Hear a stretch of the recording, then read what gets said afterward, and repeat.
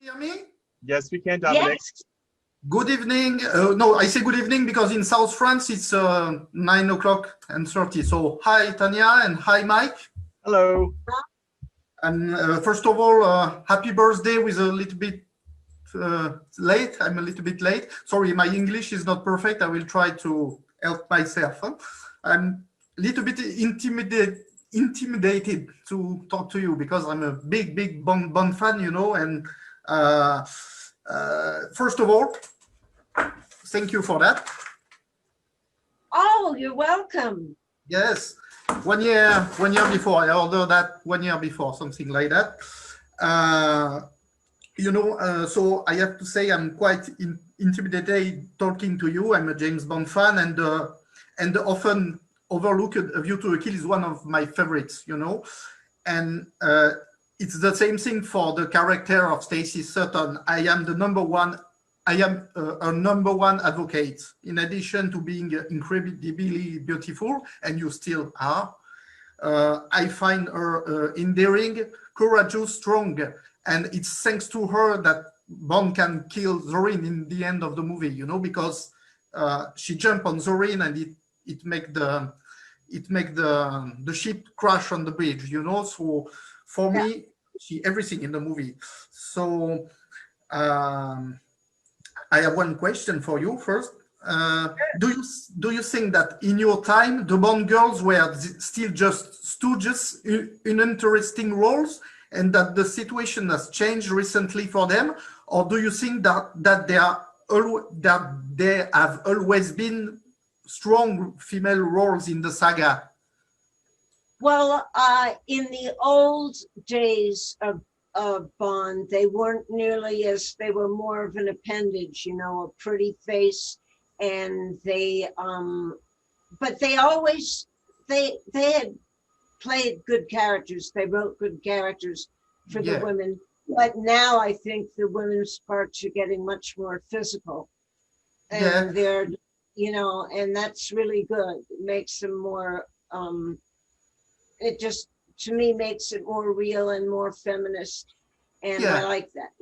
Yeah, but I think they have always been strong character in the saga. It's not fair sometimes from some newspaper they say that Bond girls were never interesting. I think it's not true, especially for Stacey Sutton. For me, it's a strong character, you know. I don't know how you feel it when you shot the movie, but for me, it's a strong woman, a smart woman, and I never think she was uninteresting, you know.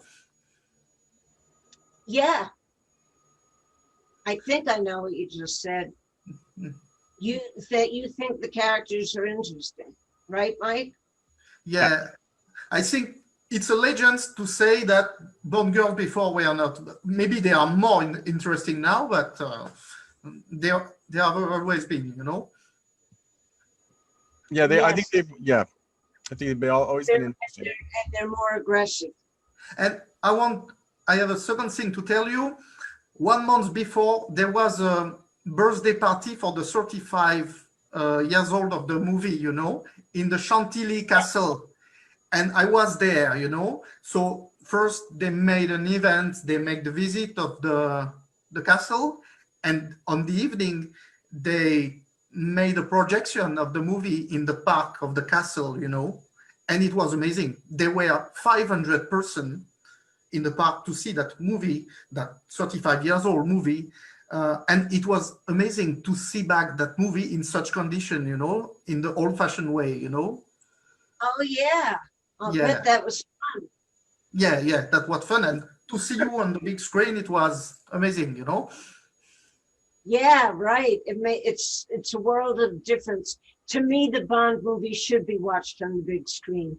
Because there's so much action adventure. I think it's a lot more fun to go to the movie theater. Yeah. Than watching it all. I mean, you know. But it was a lot of emotion to look this movie in the park of the castle where the movie was shot, you know, where you shot the scenes with Roger. And tonight, it's a lot of emotion for me to talk with you. Oh, yeah. Oh, yes, I feel shy, you know, because it's amazing for me. I know you speak English very well, but for some reason I didn't get that last thing you said. Sorry? He said he was feeling shy, that he's very honored to talk to you. Yes, yes. Oh, it's a pleasure to talk to you too. Are you kidding? Thank you. And how are things going where you live, by the way, with the pandemic? In the South France, they are getting worse, but I live in a 150,000 people city named Toulon.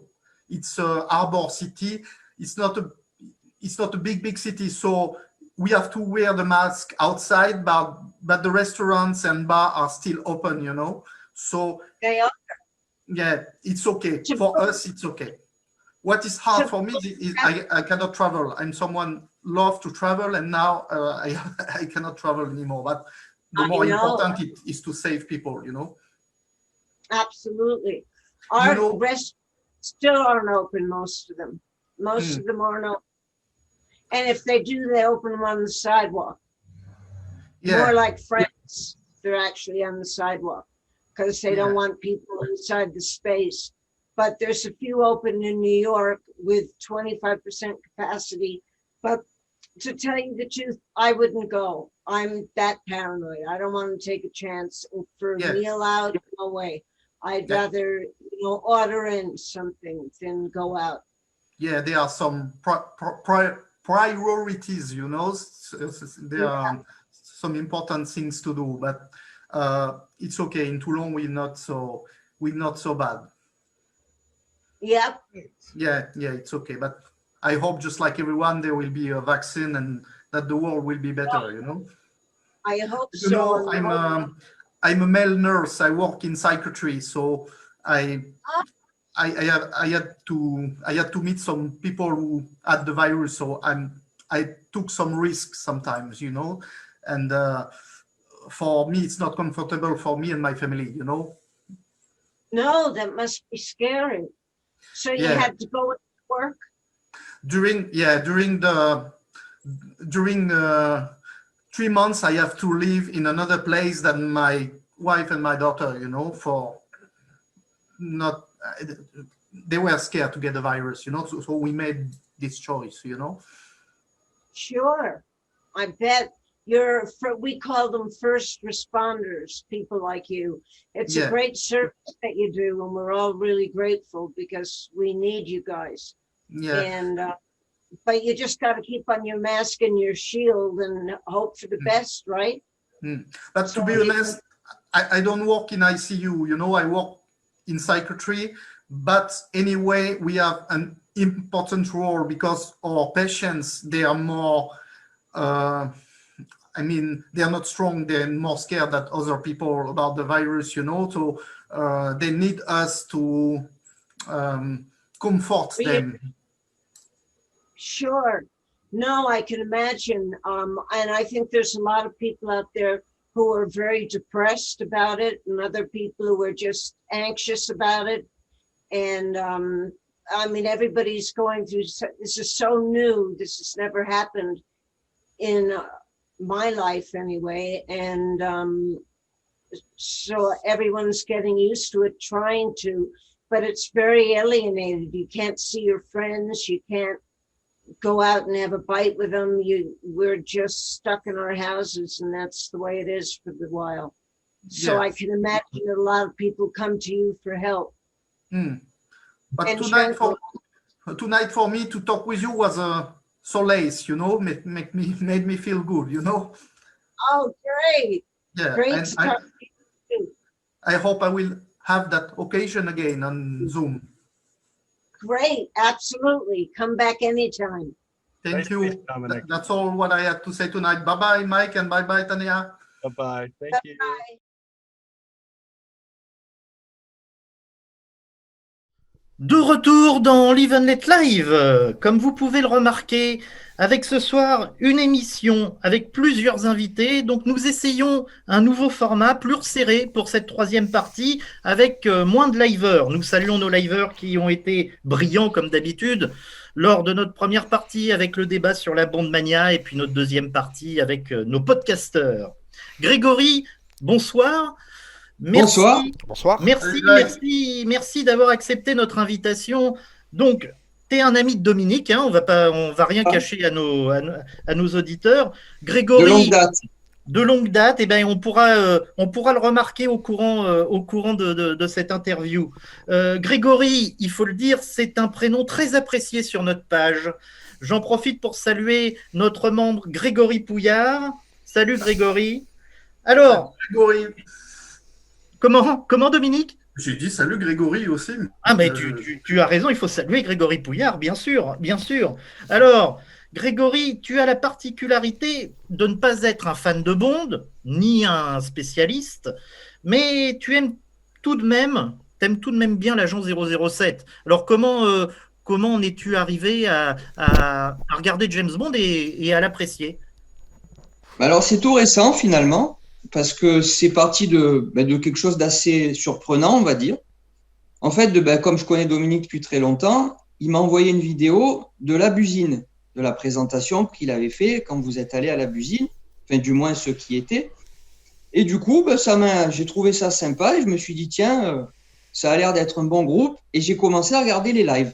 Alors que j'avais vu en tout et pour tout GoldenEye et un autre film, enfin, je crois que c'était, je ne dis pas de bêtises, c'était soit T'avais le vu monde... Docteur No? Pardon? T'avais vu Docteur No, je me souviens. Non, j'avais vu deux Brosnan. J'avais vu GoldenEye dessus et peut-être c'était Le Monde ne suffit pas ou un truc comme ça. Ah, tu sais que j'ai une mémoire infaillible et je me rappelle que t'avais vu Docteur No à la télé en plus. Bon, bref, peu importe. Je me serais souvenu d'un vieux film. Donc, pour revenir à l'histoire, du fait que j'ai commencé à regarder les lives, j'ai trouvé ça sympa. J'ai dit, tiens, il y a une bonne ambiance. Ça m'a donné envie de regarder les films, en fait. D'accord. Et du coup, j'ai commencé à regarder les films dans un ordre. Il n'y avait pas d'ordre, en fait. J'ai commencé par Dangereusement Vôtre. Puis j'ai bifurqué sur des plus anciens, sur des plus récents. Enfin, je les ai tous regardés, mais dans un ordre complètement décroissant. J'ai terminé par les deux qui ne sont pas dans le Éon, c'est-à-dire le Casino Royale 1967. Qui a été assez difficile à regarder, je l'avoue. Damien, prends-en de la graine. Hein. Et je l'ai regardé en entier. Bon, j'ai regardé aussi le Casino Royale 54, que j'ai trouvé plutôt sympa parce que c'était quand même quelque chose qui est une performance en live, donc j'ai trouvé ça bien. Et Never Say Never Again, que j'ai bien aimé aussi, que j'ai regardé, et que oui, je trouve que ça ressemble beaucoup plus à la saga Eon que le Casino Royale 67, qui est quand même assez particulier, on va dire. Oui, c'est le moins qu'on puisse dire. Oui, c'est le moins qu'on puisse dire, c'est une pantalonnade. Hein. C'est une pantalonnade. C'est une parodie. On aura d'ailleurs une émission spéciale dans quelques semaines sur Casino Royale 1967 avec Guy, qui est un fervent défenseur, comme tu as pu le remarquer si tu regardes nos lives. Oui, alors, justement, en parlant de Guy, tu es assez d'accord avec lui sur Pam Bouvier dans Permis de tuer. C'est vrai, je suis totalement fan comme Guy. Effectivement, on peut ouvrir un fan club tous les deux. On va l'inviter dans un live un jour pour vous. Voilà, il faudra que tu crées un club avec Guy pour Pam Bouvier. Par contre, tu ne pourras pas l'accompagner, si je comprends bien, pour créer un club de fans de Casino Royale 1967. Non, je déteste pas non plus, mais c'est vrai que c'est assez particulier. Je l'ai regardé pour la curiosité, pour avoir au moins vu tout ce qu'il y avait entre guillemets au niveau cinéma. Après, c'est sûr que c'est pas un film que je reverrai toutes les semaines en film de chevet, quoi. Oui, bien sûr, bien sûr. Alors, Dominique, moi j'ai une question aussi pour toi, parce que comme vous êtes amis, on connaît tous un peu ça. Moi, pareil, hein, je saoule mes copains depuis que j'ai 12 ans avec James Bond, etc. Comment se passait votre relation quand vous étiez plus jeune, avant que Grégory ne découvre la saga, grâce au live d'ailleurs, hein, pour le coup. On se connaît depuis quasiment 25 ans. Donc vraiment depuis qu'on est gamin. j'étais déjà fan à l'époque, mais j'ai jamais trop saoulé mes potes qui n'étaient pas, comment dire, enthousiastes à la base pour James Bond. Tu m'entendais en parler, Greg, mais je t'ai jamais dit, il faut que tu regardes tout, je pense, hein, je veux dire. Parce qu'en général, ça donne pas de très bons résultats quand quelqu'un est pas super partant. Donc vraiment, là, c'est toi qui es venu sans que je te stimule, et effectivement, sur le tard. Donc, notre relation, on va dire qu'il n'y a jamais eu d'histoire de James Bond. Hein. Il y a eu des histoires de gonzesses, hein. Il y a eu des histoires d'un peu tout, mais il n'y a pas eu d'histoire de James Bond, en fait. Donc, c'est vraiment venu là tout récemment. Et vu que c'est une émission qui est un peu consacrée aux newbies, j'ai trouvé d'abord le point de vue de Greg très intéressant. D'abord, sur ce qu'il a pu me dire sur la manière dont il voyait les lives. Il a eu une approche un peu comportementaliste qui m'a été assez utile. Et puis après, j'ai trouvé son point de vue hyper intéressant sur les films, beaucoup plus intéressant finalement que celui d'un fan qui a découvert ça quand il est gamin. Bon, c'est toujours intéressant le point de vue d'un fan de longue date, mais le point de vue objectif de quelqu'un qui découvre ça sur le tard, à l'approche de la quarantaine, c'est vraiment, pour nous autres fans, vous allez voir que c'est intéressant. Moi, j'ai apprécié de t'entendre dire, tiens, qu'est-ce qui t'avait plu, qu'est-ce qui t'avait moins plu, et c'était voilà, c'était assez fin. Tes analyses étaient assez fines, donc tu es là un petit peu pour effectivement c'est parler. gentil.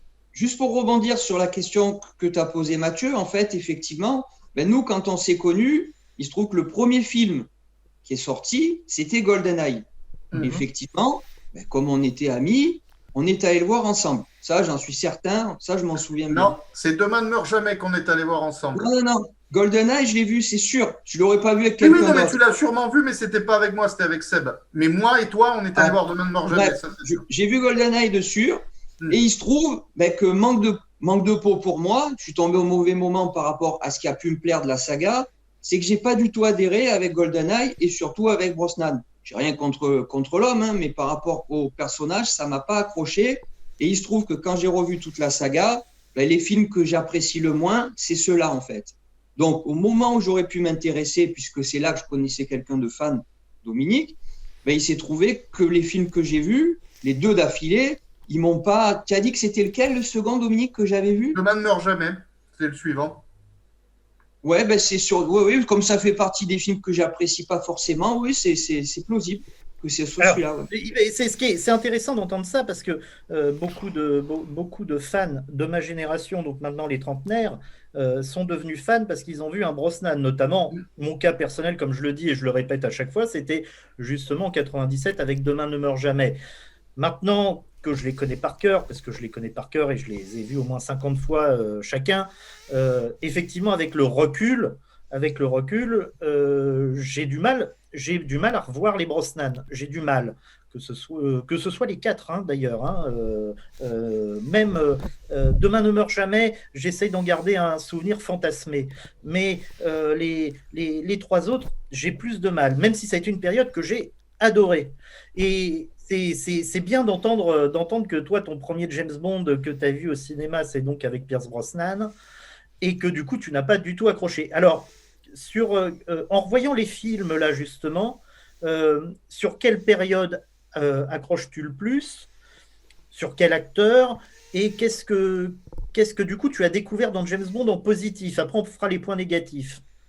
Alors, il se trouve qu'au final, moi, j'ai pas vraiment de période à proprement parler, puisque j'apprécie des films de chaque période, hormis la période Brosnan, même si, encore une fois, je le répète, j'ai rien contre l'homme, hein, mais bon, voilà, au niveau de… On va dire que c'est celui que j'apprécie le moins en tant qu'acteur de Bond. Donc, ce que j'ai apprécié, forcément, c'est les débuts. J'ai beaucoup aimé Dr No, pour le coup. Donc, dans la période de conneries, hormis peut-être le t-shirt que j'ai, hein, les diamants sont éternels, je ne sais pas s'ils se voient. Ah oui, c'est la plus grosse connerie de Sean d'ailleurs, les diamants sont éternels. Voilà, qui est peut-être celui… pas d'accord et moi non plus. Voilà, bon, c'est celui peut-être des débuts que j'ai le moins apprécié, sinon tout le reste ça m'a plu, avec forcément Goldfinger en priorité dans les débuts qui m'a beaucoup plu. Après l'ère Roger Moore, j'ai beaucoup apprécié aussi. L'espion qui m'aimait, ça fait partie d'un des 5 films que je préfère, hein, de toute la saga. Finalement, dans Roger Moore, j'en ai pas retiré vraiment un qui me plaît pas. Après, il y en a que j'apprécie plus que d'autres, mais dans l'ensemble, c'est vrai que j'apprécie beaucoup l'acteur et Donc du coup, la période Roger Moore, je l'ai trouvé bien. Qu'as-tu pensé de Rien que pour vos yeux, qui est un film que Dominique déteste? Alors pour le coup, tu tombes bien parce que c'est un de ceux que j'ai le moins apprécié D'accord. de la période de Roger Moore. Après, bon, je pense qu'après c'est les goûts de chacun, mais c'est pas au point de certains films que voilà, il fait pas partie des 5 que j'apprécie le moins. C'est juste que si je devais faire un choix, c'est pas celui que j'apprécie plus un Octopussy ou voilà même un Moonraker que celui-là. Donc après, bon, ça reste, je pense que ça reste des goûts. Tu m'as parlé du capital sympathie de Roger Moore. Le terme Oui, voilà, m'a bien plu. c'est ce que je disais. Donc, j'ai du mal à vraiment en sortir un en disant non, celui-là, il me plaît pas. Parce que comme je trouve qu'il a un capital sympathie vis-à-vis de moi qui est assez important. Donc, du coup, on va dire que je pourrais tous les revoir avec plaisir, avec voilà, certaines préférences pour certains, mais dans l'ensemble, c'est juste L'espion qui m'aimait qui est vraiment au-dessus de tous, qui est celui que je préfère dans la période de Roger Moore. Oui, ce qui est finalement très très logique, parce que beaucoup de fans considèrent aussi que c'est l'épisode majeur de la période Roger Moore. Sauf que, alors les fans de Sean Connery, c'est toujours Rien que pour vos yeux leur préféré dans Oui, la période Moore. C'est normal parce que ça répond à une certaine tendance, à un certain style, etc. Rien que pour vos yeux est réputé pour coller beaucoup plus au personnage de Ian Fleming. Oui, Voilà, oui. alors, je précise que j'ai pas lu les livres encore, hein, donc forcément je me base que sur les sûr. films. Mais t'inquiète pas, parce qu'on a des liveurs qui ne les ont toujours pas lus non plus. Alors, Et qui n'ont pas vu les noms de Néo. Il vient juste de voir Jamais plus jamais, Damien. D'ailleurs, on va faire notre émission là-dessus. Hein, mais... et on a eu du mal à pas lui faire revoir pour la 50e ou 60e fois Le Monde ne suffit Le pas. Monde ne suffit pas. Regardez Jamais plus jamais. je suis sûr qu'il est à 300. Et- Donc après, rapidement, pour continuer, donc au service secret de Sa Majesté, je l'ai vu, mais il faudrait que je le revoie pour vraiment me faire un avis, parce que d'un coup, ça m'a fait quand même une sacrée différence avec ce que j'avais pu voir avant. Donc ça, bon, j'ai pas détesté, j'ai pas adoré, mais je pense que ça vaut le coup que je le revoie une seconde fois. Par contre, Après, l'acteur t'a pas choqué, par contre, hein, je crois. Non, l'acteur, il m'a pas choqué pour le coup. C'est juste que le film, il m'a un petit peu dérouté par rapport à ce que j'avais pu voir en amont. La période Dalton, en fait, c'est vraiment mitigé pour moi parce que j'ai commencé par le premier, que j'ai pas du tout accroché, en fait. Et Dalton, j'ai beaucoup de mal à le trouver crédible à l'image, en fait, dans le rôle. J'ai rien fait, hein, je l'ai pas influencé. J'ai pas terminé. Hein. C'est là qu'on remarque que t'es vraiment ami avec Dominique. Alors, mais c'est pour ça que je dis, c'est vraiment partager mon avis sur Dalton, parce que certes, je trouve que c'est un très bon acteur. C'est juste que visuellement, j'ai du mal quand je le vois à l'image en tant que Bond, de me dire c'est Bond. Je trouve qu'il remplit pas assez l'écran. Enfin, il y a un truc qui me dérange. Mais par contre, quand j'ai vu le second, honnêtement, je les ai vus l'un après l'autre, hein, les deux de Dalton. J'étais vraiment sans conviction et j'ai adoré le second. Permis de tuer, il m'a beaucoup plu. Bon, forcément, il n'y a pas Bouvier, donc ça a aidé. Mais même sans ça, je veux dire, dans les méchants, il se trouve que c'est un de mes préférés, hein, le méchant. Sanchez. Et effectivement, le film, il change un petit peu, mais il m'a beaucoup plu. Dans l'ensemble, il fait partie des 5 que je préfère. Hein. J'ai beaucoup, beaucoup aimé ce film. Et finalement, Dalton, ça m'a pas dérangé du fait que j'ai trouvé vraiment le film très, très bon.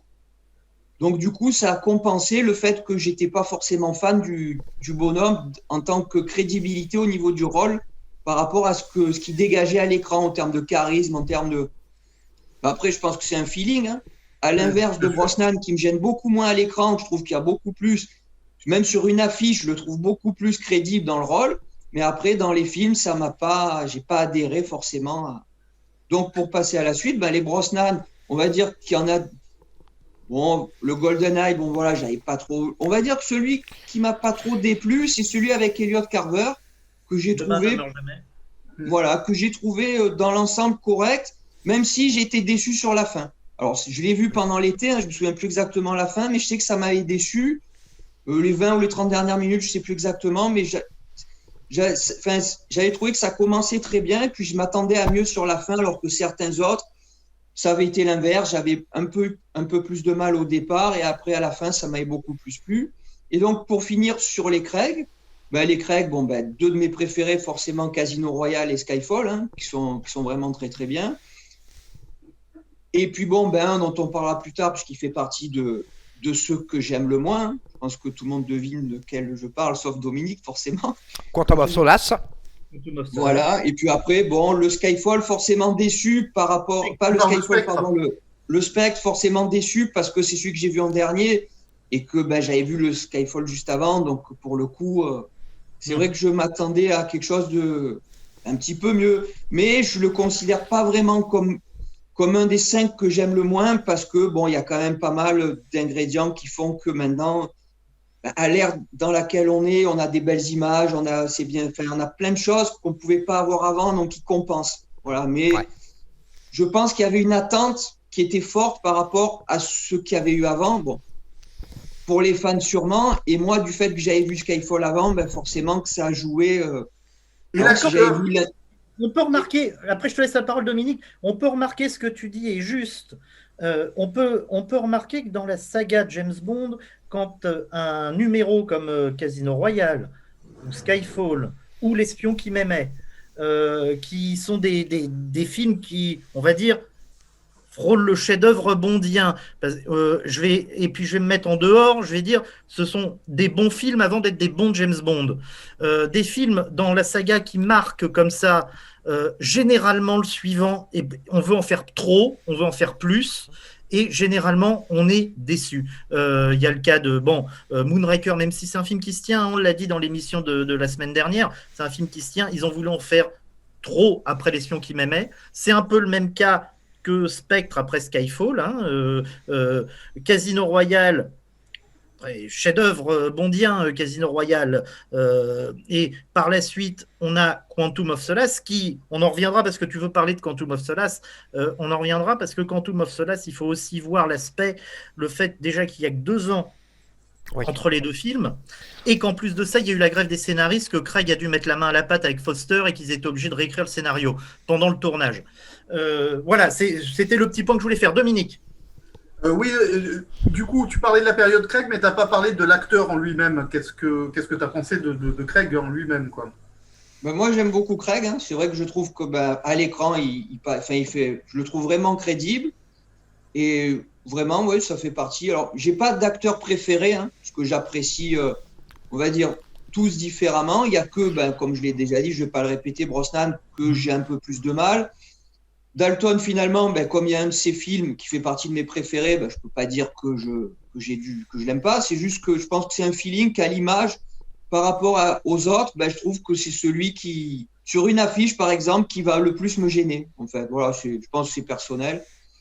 Après, donc, je pourrais pas choisir entre Craig Connery ou Roger Moore. Je pourrais pas. J'apprécie autant chacun. Je pense que tout le monde correspond aussi à une époque.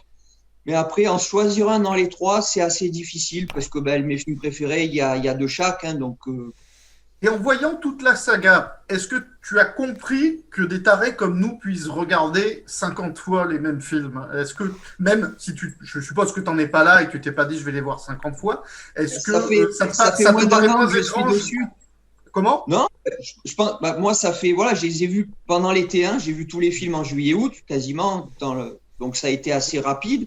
Donc forcément que je les reverrai tout ça, mais oui, bien sûr, je comprends que, comme plein de passions, je peux comprendre qu'après il y a tellement de choses variées là-dedans, il y a tellement de paramètres. Et puis si ça dure depuis si longtemps, c'est qu'il y a forcément une raison. Au-delà des fans, c'est qu'il y a quand même un public qui répond présent et qui se renouvelle à chaque fois en fonction des films et en fonction de l'époque dans laquelle on est. Je regrette un petit peu les débuts, l'époque machiste, parce que moi, c'est vrai que je trouvais ça sympa, c'était rigolo à l'écran, ça me plaisait. T'as bien aimé la claque aux fesses à Dink dans Goldfinger. Voilà. Exactement. Mais maintenant, c'est vrai que c'est beaucoup plus difficile de faire des choses comme ça, même si, il y a quand même encore quelques... C'est pas passé non plus à l'extrême opposé. Oui. Non, c'est le côté. Ils essayent d'adapter le côté misogyne de Bond à la période actuelle maintenant. Bien sûr. C'est-à-dire, Bond reste le même, mais il se heurte à plus de résistance, peut-être. Voilà. Oui, peut-être. On peut dire ça. On peut dire ça. On peut dire ça. Et du coup, alors, José, est-ce que tu as une... Oui, absolument. Donc moi, il y a quand même quelque chose qui m'interpelle dans ce que tu viens de nous dire, c'est que finalement, quand j'essaye d'analyser le plus largement possible et le plus synthétiquement possible ce que tu viens de nous dire, c'est que finalement, tu as le regard d'un fan, entre guillemets, lambda. C'est-à-dire, je résume, tu as accroché donc sur la période Sean Connery, comme beaucoup de fans, tu as une cote de sympathie pour les films de Roger Moore extrêmement importante, comme beaucoup de fans, pardon. La période Brosnan, c'est assez mitigé, comme beaucoup de fans. Tu acceptes Dalton plus dans Permis de tuer que dans Tuer n'est pas joué, comme beaucoup de fans. Craig, les points que tu retiens, c'est essentiellement Casino Royale et Skyfall, comme beaucoup de fans. Quantum of Solace te pose un problème, comme beaucoup de fans. En fait, finalement, tu es à l'image du fan lambda. C'est-à-dire qu'en fait, je pense que l'image qu'on a des films qui sont les plus couramment cités, à savoir L'espion qui m'aimait, Skyfall, Permis de tuer, Goldfinger, finalement, c'est systématiquement les mêmes films qui reviennent. Et finalement, un fan lambda par rapport à un novice a exactement le même regard sur la saga. Et ça, c'est quand même assez intéressant. Avec ceci d'atypique, Et tu rejettes Les diamants sont éternels. que Greg n'a pas eu l'accroche avec, comme le disait Mathieu tout à l'heure, l'accroche avec Brosnan alors qu'il est de l'époque Brosnan. Hein. Oui, voilà, ça, c'est le paradoxe. C'est le paradoxe. J'ai envie de raconter une anecdote sympa. Quand on était gamin, donc on passait nos vacances à Saint-Cyr-sur-Mer, Greg et moi, et on était souvent chez sa grand-mère.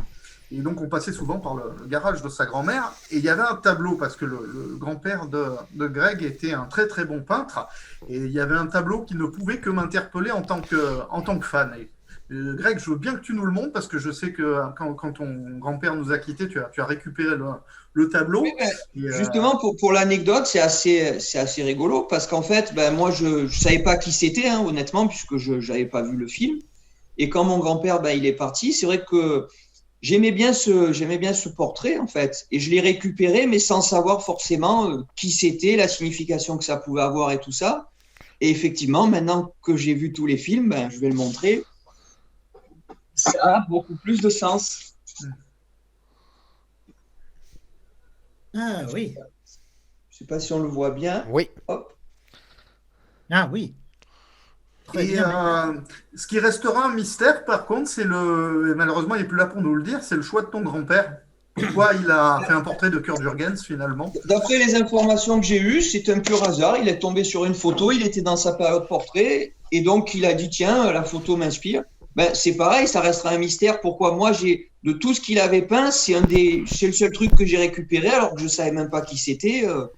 Mais il y a forcément quelque chose dans les traits et le visage de Kurt Jürgens qui a dû l'interpeller, en tout cas. Bien sûr. Dire, même à moi, puisque quand j'ai récupéré ce portrait, je ne savais pas qui était Kurt Jürgens et je n'avais pas vu non plus le film. Je n'avais pas vu L'espion qui m'aimait, donc je ne savais pas du tout. Un fan de James Bond qui avait des indications quand il était plus jeune et qu'il deviendra sur le tard. Comme le portrait de ton grand-père qui est magnifique. D'ailleurs, c'est une pièce, je pense que certains fans, tu pourrais trouver à le vendre sur la page 07. Ça reste sentimental, je le garderai. Ça, bien sûr. Mais c'est rigolo pour l'anecdote que ce portrait vous ait attiré l'œil, que toi il t'a attiré l'œil, que tu le gardes aussi. Et c'est sentimental, évidemment. Mais est-ce qu'il n'y avait pas des signes, des signes dans la jeunesse au travers de ce portrait qui font qu'aujourd'hui, peut-être, tu peux devenir fan sur le tard? Il paraîtrait qu'il n'y a pas de hasard dans la vie. Donc, si j'ai ça en ma possession, c'est que forcément, il y avait quelque chose qui m'a attiré dessus. Et... Tout comme les deux magnifiques t-shirts bondiens que tu as. Alors, Greg, j'avais vu qu'il avait une photo de ces t-shirts-là. À l'époque, tu étais DJ, donc tu mixais avec ça en boîte. Et il en a un autre magnifique. Alors ouais, il a un peu vécu quand même, hein, on voit. Mais, non, il a toujours été comme ça. Hein. D'accord. Ce qui est magnifique, c'est que Grégory arrive encore à le porter. Oui, ça c'est une autre histoire. Mais au-delà de ça, en plus c'est bon, il y a l'affiche, c'est sûr, mais c'est des t-shirts qui ont une belle coupe en plus. Et l'autre, tu l'as pas à proximité parce que c'en est un d'Octopussy qui est vraiment que je te jalouse. Mais... Pour le coup, c'est des t-shirts qui ont 7-8 ans au moins. Oui. Ah, sympa. Ah, il est beau, hein. Je trouve que c'est pas juste le transfert comme ça sur le t-shirt. Il prend bien l'espace, je trouve, Oui. sur le. Donc, j'ai une préférence pour celui Octopussy, tu vois. Ah. Alors, Grégory, on voulait y venir. Qu'est-ce que tu n'aimes pas dans Quantum of Solace?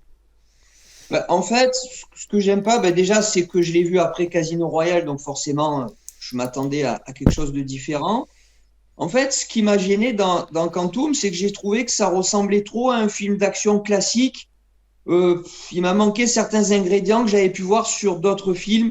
Voilà, j'ai trouvé que c'est de l'action. Au niveau de l'image, ça m'a pas transcendé. Voilà, le désert, tout ça. Bon, ça m'a laissé vraiment sur ma faim. Et peut-être aussi le fait d'être habitué à des films plus longs. Je trouvais que c'était peut-être un petit peu court en termes de durée.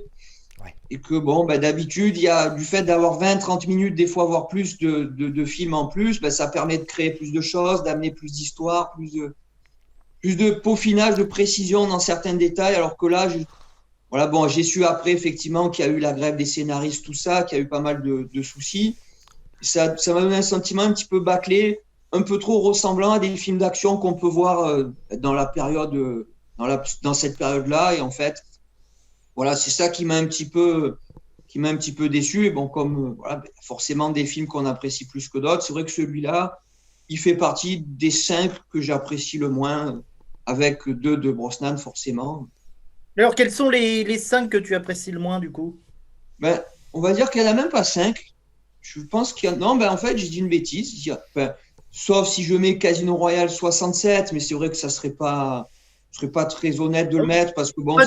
Pas de spoiler, Grégory, parce qu'on va avoir un débat dans une prochaine émission, à savoir, est-ce que l'on considère Casino Royale 1967 comme un véritable James Bond? Alors, on va essayer de le mettre en dehors encore, et puis on verra après le débat, on pourra dire s'il est un vrai James Bond ou pas. De tête, c'est vrai que les 3 qui m'ont le plus déçu, on va dire que c'est Quantum, et puis c'est les 2 que j'ai cités de Brosnan. Hein. C'est Meurt un autre jour que vraiment, je pense que celui-là, c'est celui que je classerai en dernier. Hein, parce que bon, tu n'es pas joué, tu n'es pas tendre trop non plus dessus. Le premier Dalton. Ouais, mais il m'a pas dérangé à ce point en fait. Enfin, dérangé, c'est pas le mot, mais il m'a pas déçu à ce point. C'est que j'en attendais pas grand-chose. Et bon, dans l'ensemble, mais je pense qu'en lui donnant une deuxième chance, je pourrais avoir un avis un peu plus. Je pourrais être surpris d'apprécier un peu plus maintenant que je suis habitué un peu plus à Dalton, que j'ai vu son second et que finalement ça me choquera moins. Toujours est-il qu'un des premiers trucs que tu m'as dit sur Dalton, tu m'as parlé de sa fossette, comme quoi je suis pas le seul taré à faire une fixette sur la fossette de Dalton. Hein, donc... Alors ça se remarque, ouais. Puis c'est Le Monde ne suffit pas qui fait partie aussi, c'est ce 3e que j'apprécie le moins, où vraiment. Ouais, pourtant Damien est en train de le regarder en ce moment. Hein. C'est pour ça que Damien n'est pas avec nous, il est en train de regarder Le Monde ne suffit pas. Et une question toute bête, en regard donc de tous les films que tu as pu découvrir cet été, est-ce que ça t'incite à aller voir le prochain qui sortira en salle au mois d'avril? Ah oui, forcément. Au mois de mars. Forcément que le prochain, mars, ouais. J'ai une attente là-dessus. Bon, je pense comme beaucoup de gens déçus qu'il ne soit pas sorti en novembre. Maintenant, bon, le plus important, c'est qu'il soit fait, qu'il soit prêt, qu'a priori, on finira bien par le voir un jour. Il faut espérer. Et puis bon, il s'est attendu au tournant du fait qu'il y a eu Spectre qui a sûrement déçu. Enfin, moi, ça m'a déçu en tout cas. Donc, je pense que là, d'avoir gardé la même actrice, il va y avoir une attente. Le même méchant, bon, même si heureusement qu'il va être, d'après ce que j'ai compris, pendant le film, il va être remplacé par un méchant qui me semble beaucoup. Enfin, j'avais apprécié son film quand il joue le rôle de Freddie Mercury, donc je pense que c'est un grand acteur. J'ai confiance en ce qu'il va proposer. Donc oui, une forte attente sur le prochain et je suis assez optimiste sur le résultat. Après, il vaut mieux être optimiste que pessimiste. Je sais que Dominique ne partage pas forcément mon avis, où il me dit bon, je préfère toujours partir. comme s'il allait être mauvais, comme ça je serais agréablement surpris. Mais moi, Ouais. j'ai vraiment un bon espoir qu'il soit. Je vais Surtout faire. du fait qu'il va être long. Donc je me dis que s'il va être long, c'est qu'on va avoir vraiment le temps d'amener quelque chose. Donc, voilà, Tout à fait. je peux me tromper, Et je hein, vais, mais- je vais donner un avis personnel. Tiens, je fais une petite aparté sur No Time to Die. Un avis personnel. Je pense que No Time to Die, ils veulent faire un spectre réussi. Je m'explique. J'ai vu un YouTuber, j'ai vu la vidéo d'un YouTuber qui faisait une critique sur les 4 James Bond de Spectre la semaine dernière, et sur Spectre, et je pense qu'il a raison sur sa critique. Il disait que comme les producteurs ne savaient pas si Craig allait rempiler après Spectre, ils ont bricolé une fin où il part heureux dans son Aston Martin, il quitte les services secrets britanniques en balançant son flingue sur le pont de Westminster, et avec Madeleine dans l'Aston Martin et ce plan de l'Aston Martin qui s'en va sur le James Bond thème, au cas où Craig ne rempile pas. Craig a rempilé, les critiques spectateurs et les critiques presse, parce que ça a été quand même tout de même un succès commercial, Oui. Spectre, hein. Moindre que Skyfall, mais tout de même le deuxième meilleur succès de la saga. Et je pense qu'ils veulent nous faire pour le dernier. On a eu un avant-goût dans Spectre. On a eu un avant-goût dans Spectre de la fin de l'ère Craig. Je pense que là, comme c'est réellement la fin de l'ère Craig, ils vont y aller à fond dans la fin. Et ça, encore une fois, ça me fait un peu peur. Mais ça reste que mon avis. Mais je pense qu'ils Ça veulent pourra faire pas un être Spectre pire que réussi. celle de Spectre. Comment ? Ça pourra pas être pire que celle de Spectre. Oh, il faut des fois, tu sais, avec James Bond, des fois, on peut s'attendre à tout. Vous savez ce qui me manque, moi, comme fin, c'est une bonne fin à l'ancienne avec une douce ironie où Bond se planque avec la Bond Girl quand les Ouais. secours arrivent et qu'il n'a pas envie d'être découvert. Mais c'est bête, mais ça me manque, moi. Il n'y en a eu Oui. aucune de fin comme ça pendant l'ère Craig. Alors, il y en a qui vont dire que c'est éculé, mais c'est Flemingien comme fin. Il y a plein de romans qui se terminent comme Bien ça. sûr, dans Fleming. bien sûr. Mais tu verras que la fin de No Time to Die, ce sera un pique-nique au bord de l'eau. On voit la petite Mathilde Bond en train de jouer avec ses jouets, puis un travelling qui vient vers Madeleine et James Bond qui lui dit Nobody does it better. Et puis ça se termine comme ça. Voilà, Grégory, donc du coup, grâce aussi à Dominique, donc du coup, tu as regardé nos lives. Alors, qu'est-ce que tu en penses ? Ben, c'est ça qui m'a donné envie de regarder les films, hein, comme je l'ai dit tout à l'heure, parce que j'ai trouvé que l'ambiance était sympa et que même pour quelqu'un, ben, pour le coup, à l'époque, qui n'avait pas vu les films, ben, ça se suivait de façon assez ludique, c'était agréable à regarder. Et ça m'a permis aussi de découvrir des choses sur les films et ça m'a donné encore plus envie de voir tel film avant d'autres et ainsi de suite. Et je trouve que c'est vraiment enrichissant parce que il n'y a pas un côté qui peut faire peur à quelqu'un de novice où on va se dire bon c'est quelque chose de trop sérieux, c'est trop un truc comment dire quelque chose de niche où vraiment on va retrouver que des professionnels qui parlent d'un truc ou quelqu'un qui comprend rien, il va regarder ça, il va avoir l'impression que c'est du chinois alors que j'ai vraiment eu l'impression déjà que chaque liveur avait un vécu différent, avait un avis différent et surtout des connaissances différentes et ce qui permettait finalement d'avoir un panel qui était assez diversifié et assez intéressant au niveau du public en fait qui regardait sur les lives. Ce qui m'a plu, c'était le fait que malgré tout, c'est bon vivant, enfin voilà, c'est à la on dirait pas péjoratif ce que je vais dire, mais c'est à la bonne franquette. On sent qu'il y a vraiment des gens qui s'apprécient, que c'est convivial, c'est amical, mais d'un autre côté, on sent qu'il y a vraiment des connaissances et que c'est hyper pointu. Voilà, et ce qui m'a plu, c'est qu'on peut être très professionnel, très carré, très sérieux et vraiment connaître son sujet tout en s'amusant. Et moi, c'est des façons que j'apprécie dans la vie plutôt que par rapport à certaines choses que j'avais pu voir un peu sur Internet où ça donnait un côté trop pompeux pour moi. Après, voilà, c'était mon avis personnel. Alors que là, ce que j'apprécie, c'est que chacun a sa personnalité et c'est ça qui fait, c'est la diversité qui fait, Effectivement, on essaye de faire les deux, d'apporter des informations et de la connaissance sur des éléments qui ne sont pas forcément connus, et en même temps d'essayer d'être accessible à la plupart. Et tout ça avec une pointe d'humour. C'est ce qu'on essaye de faire. D'humour et de désinvolture, c'est le maître mot de Planète 007 depuis que ça existe. Et c'est effectivement ce qu'on essaye. Et visiblement, c'est bien d'avoir ton avis. Ça nous permet de voir que finalement, on n'y arrive pas trop mal. Ben moi, c'est ce qui m'a plu et ce que j'apprécie aussi, c'est que j'ai l'impression, enfin, c'est mon avis en tout cas, que tout le monde a sa bonne place en fait. C'est-à-dire que chacun, la présentation, ben, pour moi, c'est la personne la plus adaptée. Donc, c'est toi qui es le plus adapté pour présenter. Pour d'autres thèmes, ben, Dominique, forcément, la psychologie, c'est plus adapté. On va dire que moi, j'apprécie les débats quand il y a José parce que c'est celui qui va avoir un avis le plus affirmé, qui va argumenter, qui va vraiment faire vivre le débat. Après, bon, ça peut plaire ou non, mais moi, c'est quelque chose que j'apprécie parce que quand il y a des débats, je peux être un petit peu comme José au niveau de vraiment mettre en avant mes idées et dire ce que je pense. Et après, bon, ben voilà, il y a des gens qui sont un petit peu plus, alors pas à l'écart, pas effacés, mais qui sont un peu plus posés, comme Dominique, comme Guy, qui vont un petit peu moins prendre la parole. Mais ce qui est bien, c'est que tout le monde a quand même son mot à dire et tout le monde peut donner son avis. Et il y a aussi Damien, ben, qui est finalement le plus novice, mais qui est très intéressant à écouter. Moi, c'est un des premiers que j'ai entendu sur les lives et j'avais beaucoup apprécié alors, comme je connaissais pas, je savais pas s'il était pointu ou pas, mais j'avais apprécié sa façon de parler, de communiquer. Je trouvais que c'était agréable. Voilà, tout le monde a ses qualités, tout le monde apporte quelque chose. Voilà, c'est ça que j'apprécie dans le. Et écoute, merci, c'est ce qu'on essaye de faire, c'est sincère, hein, cette semaine. Et c'est vrai que Damien, on le salue. Damien, effectivement, c'est le plus novice, mais avec l'humour qu'il a et la personnalité qu'il a, je trouve que ça fonctionne parfaitement et il s'est adapté très, très rapidement à toute l'équipe. Et vraiment bravo à lui, bravo à tous. On va se laisser, on va devoir s'arrêter parce que l'émission touche à sa fin. Grégory, c'était une discussion passionnante. Merci beaucoup.